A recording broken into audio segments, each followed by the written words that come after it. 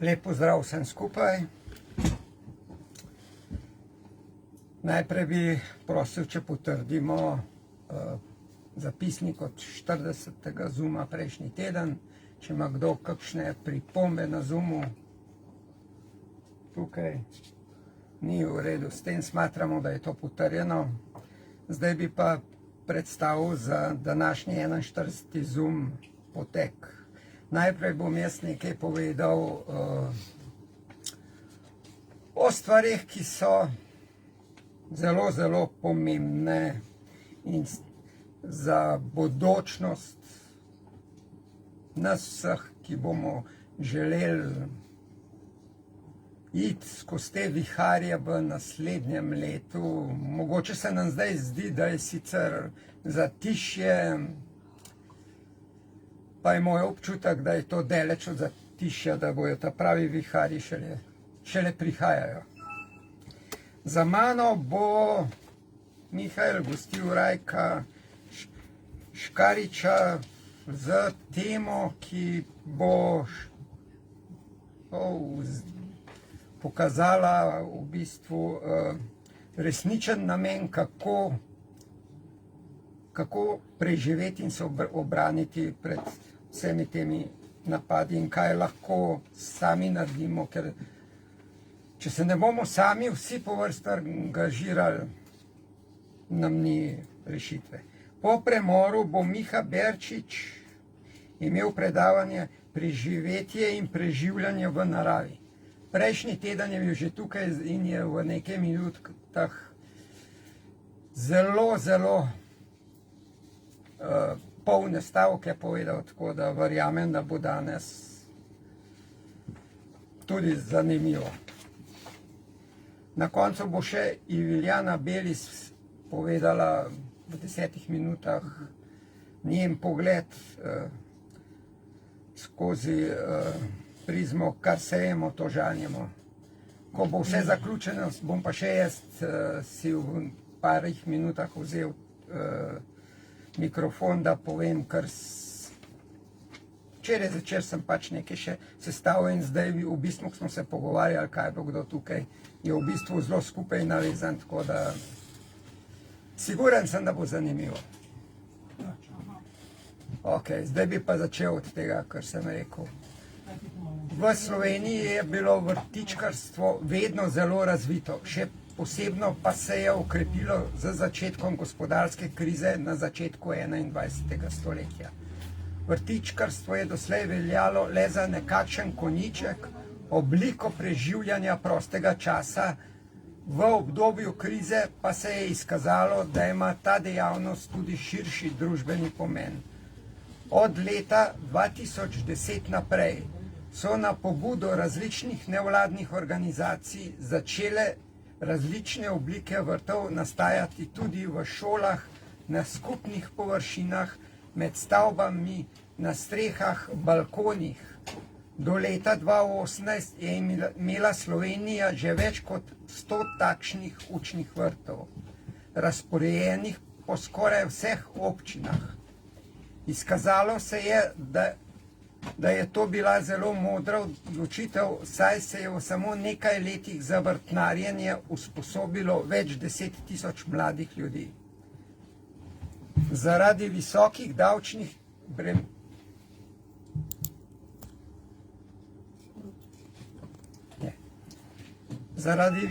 davčnih bremen je tudi nekaj podjetij prepoznalo priložnost za izboljšanje kakovosti življenja svojih zaposlenih. Na površinah ob podjetjih so začeli vznikati veliki skupinski vrtovi in rastlinjaki, kjer so zaposleni gojili in brezplačno dobivali sveže sadje in zelenjavo, pridelano v neposredni bližini njihovega podjetja. Ideja se je med poslovnimi subjekti hitro razširila, saj so številni delodajalci spoznali, da imajo po zaslugi te dejavnosti bolj zadovoljne zaposlene, ki morajo redkeje na bolniški dopust. In da je takšno vrtnarjenje nenehen team building, ki stane veliko manj kot prirejanje seminarjev in vrste drugih bolj ali manj neučinkovitih usposabljanj. Med letoma 2020 in 2025 je nastalo kar nekaj doktoratov, v katerih so avtorji ugotavljali, da je vrtnarjenje zelo učinkoviti trening razvoja vodstvenih sposobnosti. Zato so ta model s časoma prevzele tudi univerze in poslovne šole. Brez dokazanega uspeha pri delu z rastlinami, ki zahteva potrpljenje, pozornost, sodelovanje, delovanje ob pravem trenutku in druge veščine, ni bilo več mogoče zasesti vodilnih položajev v družbi. Celo pred volitvami se je eno od zelo pomembnih vprašanj za kandidate glasilo: ali se ukvarjajo z vrtnarjenjem, sadjarstvom ali zeliščarstvom in kako uspešni so pri tem. Pod pritiskom javnosti so začeli arhitekti pri svojem snovanju upoštevati integrirane samooskrbna poslopja. Večina stavb, zgrajenih po letu 2020, ima ob južnem pročelju integrirane rastlinjake, ki dobivajo toploto iz stavbe, zaradi česar ni nikakršne potrebe po njihovem dodatnem ogrevanju. Rastline prečiščujejo zrak v stavbi in hkrati od nje dobivajo presežno toploto. Klimatske naprave so le še spomin na potratno preteklost. Iz enakega razloga je pri vseh novih stavbah obvezen sistem zbiranja deževnice, ki je v celoti preusmerjena za vnovično uporabo. Poleg tega ima vsaka stavba kompostnike, obdelane z mikroorganizmi, ki jih stanovalci uporabljajo za dognojevanje zemlje. Na pobudo občanov so občine začele radikalno spreminjati prostorske načrte. Strnjena gradnja naj bi pocenila infrastrukturo, vendar so strokovnjaki ugotovili, da je dolgoročno veliko učinkoviteje in ceneje povečati razmik med stanovanjskimi hišami in drugimi poslopji ter s tem omogočiti, da so obdelovalne površine čim večje. Tako so se zmanjšale okoljske obremenitve zaradi javnega transporta. Kakovost zraka se je izboljšala, stroški vzdrževanja javnih površin so se zmanjšali. Tudi količina odpadkov se je zmanjšala v tolikšni meri, da je več kot polovica slovenskih občin že izpolnila pogoje za certifikat nič odpadkov. Drugi pomembni premik, ki so ga nekateri poimenovali ukrepi nove Marije Terezije po poslanki Mariji, ki ga je predlagala, je bil sprejem pravilnika o javni blaginji.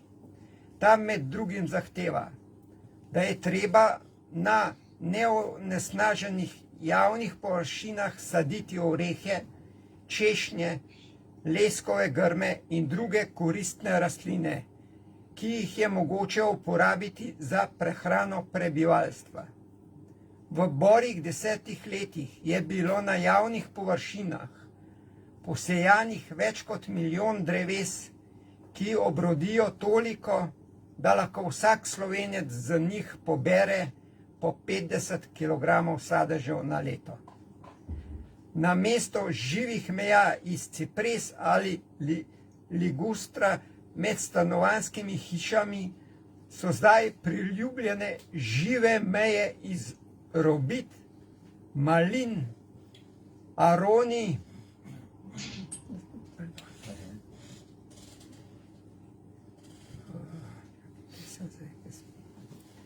in drugih sadnih grmov, ki jih lahko ubirata oba soseda, vsak na svoji strani.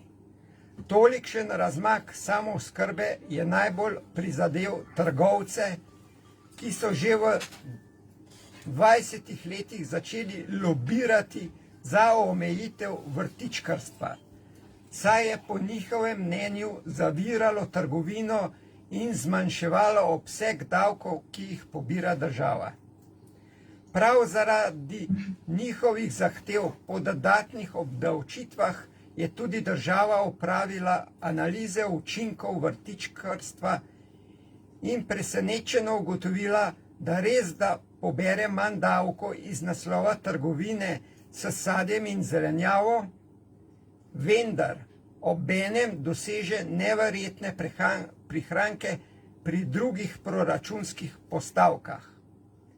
Leta 2018 so prvič opravili analizo vpliva življenjskega sloga na zdravje. Izkazalo se je, da so pri polovici prebivalstva, ki dela na vrtovih in se več časa zadržuje v naravi, stroški zdravljenja najmanjši. Depresija in druge duševne motnje pa so med vrtičkarji 10-krat redkejše. Tudi alkoholizem, uporaba drog in kajenje so v tej populaciji v primerjavi s skupinami, ki niso v stiku z zemljo in naravo, tako rekoč zanemarljivi. Namesto obdavčitve vrtičkarjev se je država odločila povečati prispevke za zdravstveno zavarovanje nevrtičkarjev, saj bolj obremenjujejo socialno in zdravstveno blagajno. Zdaj se piše leto 2035. Slovenija pa je tudi uradno v samem vrhu BKI, njenih prebivalcev. Ne veste, kaj je BKI? Pozabili smo povedati, da stopnje razvitosti držav že 10 let ne merijo več z BDP, bruto družbeni proizvod, pač pa z bruto koeficientom izobilja, BKI, ki odraža splošno kakovost bivanja. To je bilo zdaj povedano, kaj naj bi se dogajalo, oziroma kaj je naša najboljša varianta, če se nam bo to iz tega ven potegnilo, da se bo tako zgodilo. Zdaj bi pa še nekaj glede nekega fenomena v Sloveniji povedal, kjer smo rekorderji. Na začetku 21. stoletja je bila Slovenija nosilka rekorda po površinah, prodajnih površin na prebivalca. Celo najmanjša mesta so imela po več nakupovalnih središč, v pičlih 20 letih pa smo zaradi njih pozidali najboljše obdelovalne površine. Čeprav je ponudba daleč presegala dejanske potrebe, so trgovci vztrajali v želji, da bi nasprotnik odnehal prvi, zaradi česar so bili številni izdelki v Sloveniji precej dražji kot v sosednjih državah. Plačilna nedisciplina trgovcev pa je vse bolj ogrožala dobavitelje. Šele leta 2020 so se začele površine namenjene nakupovalnim središčem občutno krčiti. Temu je botrovala skoraj desetletje trajajoča kriza, ki je na eni strani dodobra izčrpala kupno moč prebivalstva, na drugi pa je čedalje več ljudi spoznavalo, da izobilje in nakupovanje nista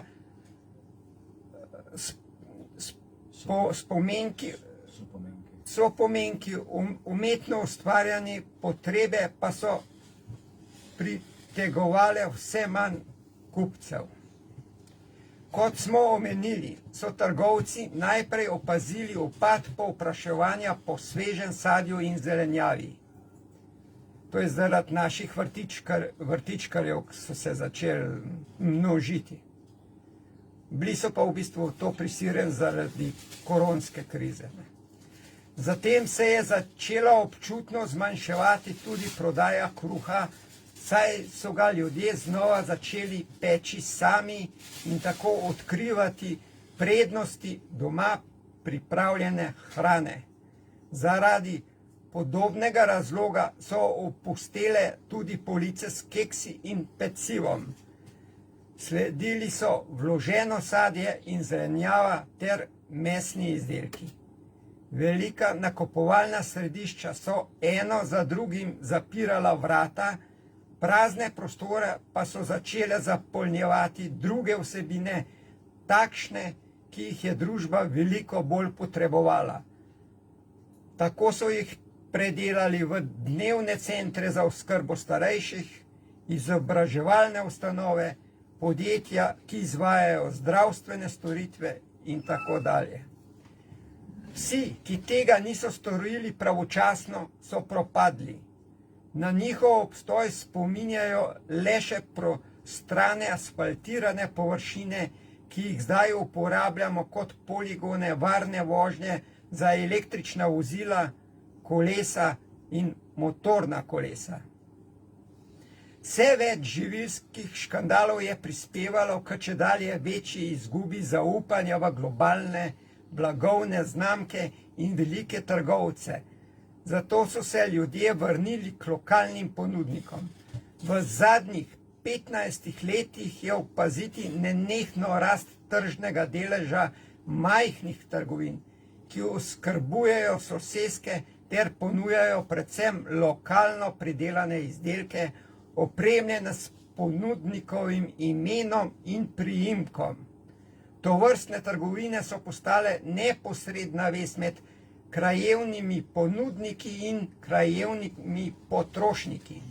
Mnoge med njimi so svojo dejavnost razširile tudi na izobraževanje, gostinstvo, socialno podjetništvo. Skoraj ni slovenskega kraja, v katerem ne bi našli kakšne uspešne tovrstne trgovinice. Poleg tega so postale središče dogajanja v svojem kraju. Po vsej Sloveniji delujejo tudi različne oblike neposredne dostave blaga od kmeta do potrošnika. To samo je zdaj za uvod povedati, zdaj bo pa Mihael z Rajko tam vse te stvari še krepko nadgradil.